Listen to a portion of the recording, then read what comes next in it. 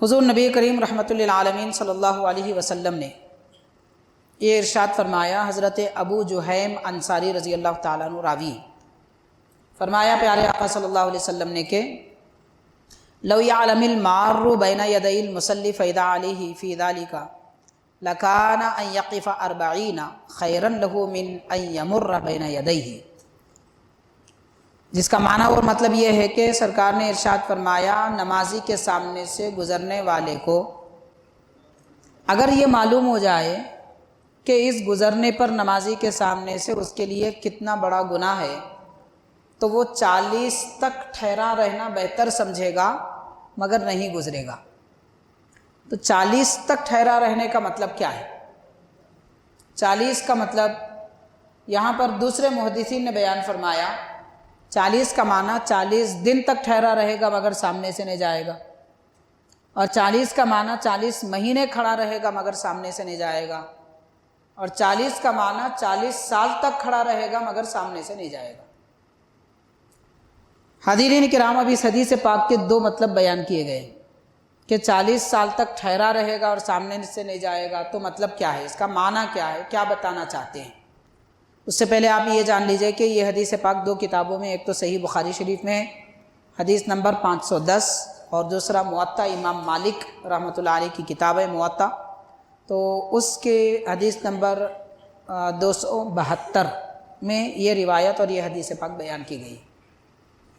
علماء کرام نے بیان فرمایا ہے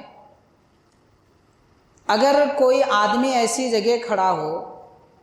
کہ اس کے بازو کوئی دوسرا نماز پڑھ رہا ہے اور اسے گزرنے کے لیے جانے کے لیے کوئی اور راستہ نہیں ہے، اور وہ نمازی جو اس کے بازو ہے یا اس کے پیچھے ہے وہ 40 سال تک بھی نماز پڑھے تو یہ آدمی سامنے سے نہیں گزرے گا،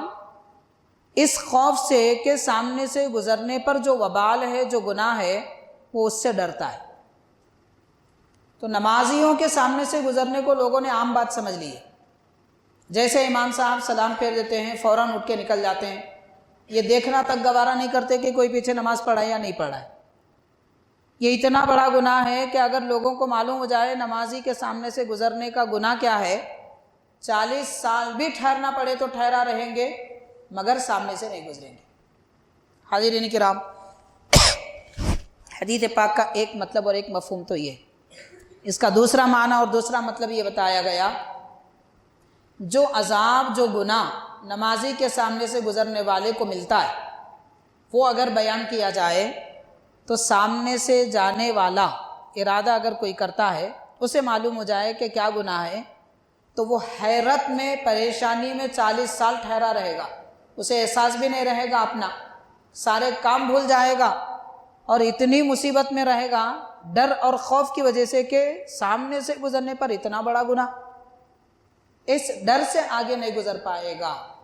تو یہ دو مطلب اور یہ دو معانی اس حدیث پاک کے بیان کیے گئے۔ اس حدیث پاک کو سننے کے بعد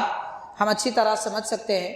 کہ نماز پڑھنے والے کے سامنے سے گزرنا کتنا بڑا گناہ ہے۔